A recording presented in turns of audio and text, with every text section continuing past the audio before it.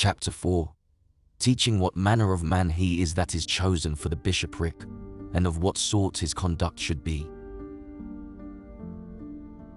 But concerning the bishopric, hear ye, the pastor who is appointed bishop and head among the presbytery in the church in every congregation, it is required of him that he be blameless, in nothing reproachable.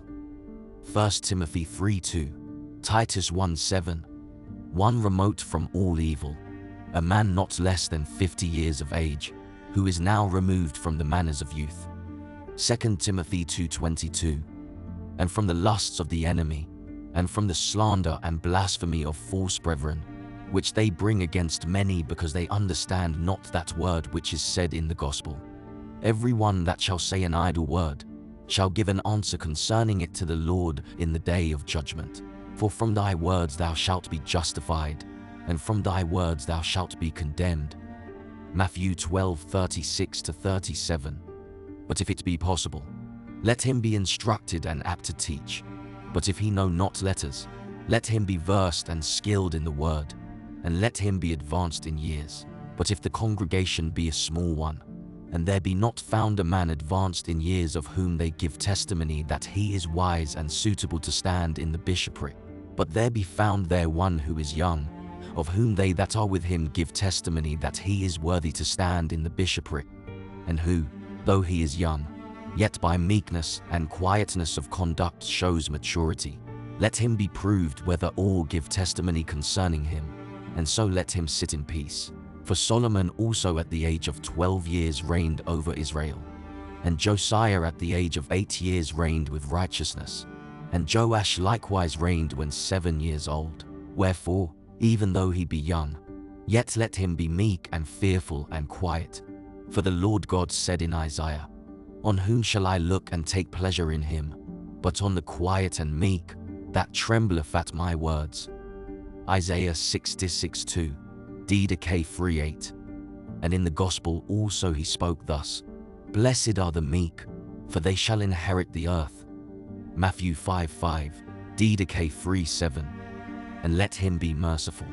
For he said again in the gospel thus, Blessed are the merciful, for upon them there shall be mercy.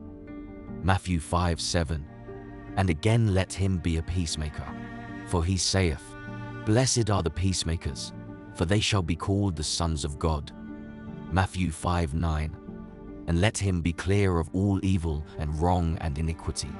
For he saith again, Blessed are the pure in heart, for they shall see God. Matthew 5:8. And let him be watchful and chaste and staid and orderly, and let him not be turbulent, and let him not be one that exceeds in wine, and let him not be a backbiter, but let him be quiet, and not be quarrelsome, and let him not be money-loving. 1 Timothy 3:2-3. And let him not be youthful in mind, lest he be lifted up and fall into the judgment of Satan. 1 Timothy 3:6. For everyone that exalteth himself shall be humbled. Luke 14:11, 18:14. But it is required that the bishop be thus, a man that hath taken one wife, that hath governed his house well. 1 Timothy 3:2-4. And thus let him be proved when he receives the imposition of hands to sit in the office of the bishopric, whether he be chaste, and whether his wife also be a believer and chaste, and whether he has brought up his children in the fear of God, and admonished and taught them, and whether his household fear and reverence him, and all of them obey him. For if his household in the flesh withstand him and obey him not, how shall they that are without his house become his, and be subject to him? 1 Timothy 3:4-5. And let him be proved whether he be without blemish in the things of the world, and likewise in his body. For it is written, See that there be no blemish in him that standeth up to be priest. Leviticus 14:11. But let him be also without anger, for the Lord saith, Anger destroyeth even the wise. Proverbs 15:1. And let him be merciful and gracious and full of love, for the Lord saith, Love covereth a multitude of sins. 1 Peter 4:8, Proverbs 10:12. And let his hand be open to give, and let him love the orphans with the widows, and be a lover of the poor and of strangers, and let him be alert in his ministry, and constant in ministration, and let him be afflicting his soul, and not be one that is put to confusion, and let him know who is the more worthy to receive. For if there be a widow who has somewhat, or is able to nourish herself with that which she needs for her bodily sustenance, and there be another who, though she is not a widow, is in want, whether by reason of sickness, or of the rearing of children, or of bodily infirmity, to this latter rather let him stretch out his hand. But if there be any man who is dissolute, or drunken, or idle, and he be in straits for bodily nourishment, the same is not worthy of an alms, neither of the church. And let the bishop be also without respect of persons, and let him not defer to the rich or favor them unduly, and let him not disregard or neglect the poor, nor be lifted up against them, and let him be scant and poor in his food and drink, that he may be able to be watchful in admonishing and correcting those who are undisciplined. And let him not be crafty and extravagant, nor luxurious, nor pleasure-loving, nor fond of dainty meats. And let him not be resentful, but let him be patient in his admonition. And let him be assiduous in his teaching, and constant in reading the divine scriptures with diligence, that he may interpret and expound the scriptures fittingly. And let him compare the law and the prophets with the gospel, so that the sayings of the law and the prophets may be in accord with the gospel.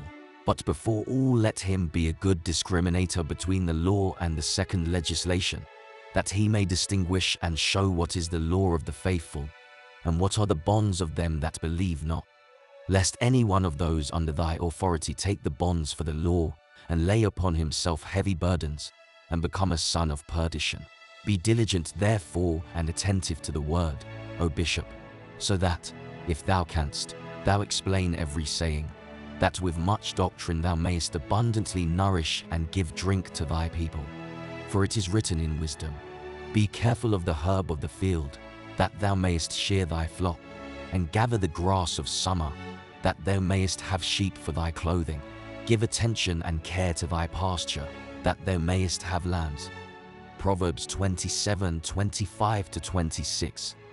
Let not the bishop therefore be a lover of filthy lucre. 1 Timothy 3:8. And especially from the heathen, let him be suffering a wrong, and not doing a wrong, and let him not love riches, and let him not think ill of any man, nor bear false witness, and let him not be wrathful, nor quarrelsome, and let him not love the presidency, and let him not be double-minded nor double-tongued. Didascalia 2:4. Nor given to incline his ear to words of slander and murmuring, and let him be no respecter of persons, and let him not love the festivals of the heathen, nor occupy himself with vain error, and let him not be lustful, nor money-loving, for all these things are of the agency or demons. Now all these things let the bishop command and enjoin upon all the people, and let him be wise and lowly, and let him be admonishing and teaching with the doctrine and discipline of God, and let him be of a noble mind, and aloof from all the evil artifices of this world, and from all the evil lust of the heathen. And let his mind be keen to discern, that he may know beforehand them that are evil. And do you keep yourselves from them? But let him be the friend of all, being a righteous judge, and whatever of good there be that is found in men, let the same be in the bishop. For when the pastor shall be remote from all evil, he will be able to constrain his disciples also and encourage them by his good manners to be imitators of his good works. As the Lord has said in the 12 prophets, the people shall be even as the priest. Hosea 4:9. For it behooves you to be an example to the people, for you also have Christ for an example. Be you therefore also a good example to your people. For the Lord said in Ezekiel, and the word of the Lord came unto me, saying, Son of man, speak to the sons of thy people, and say unto them, when I bring the sword upon a land, let the people of that land take one man from among them, and make him their watchman. And he shall see the sword coming upon the land, and shall blow the trumpet and warn the people. And every one that heareth the sound of the trumpet shall give ear. And if he take not warning, and the sword come and take him away, his blood shall be upon his head, because he heard the sound of the trumpet, and took not warning, his blood shall be upon his head. But he that took warning hath delivered his soul. But if the watchman see the sword coming, and blow not the trumpet, and the people be not warned, and the sword come and take away a soul from them, he hath been taken away in his sins, and his blood will I require at the hands of the watchman. Ezekiel 33, 1-6. Now the sword is the judgment, and the trumpet is the gospel, but the watchman is the bishop, who is set over the church.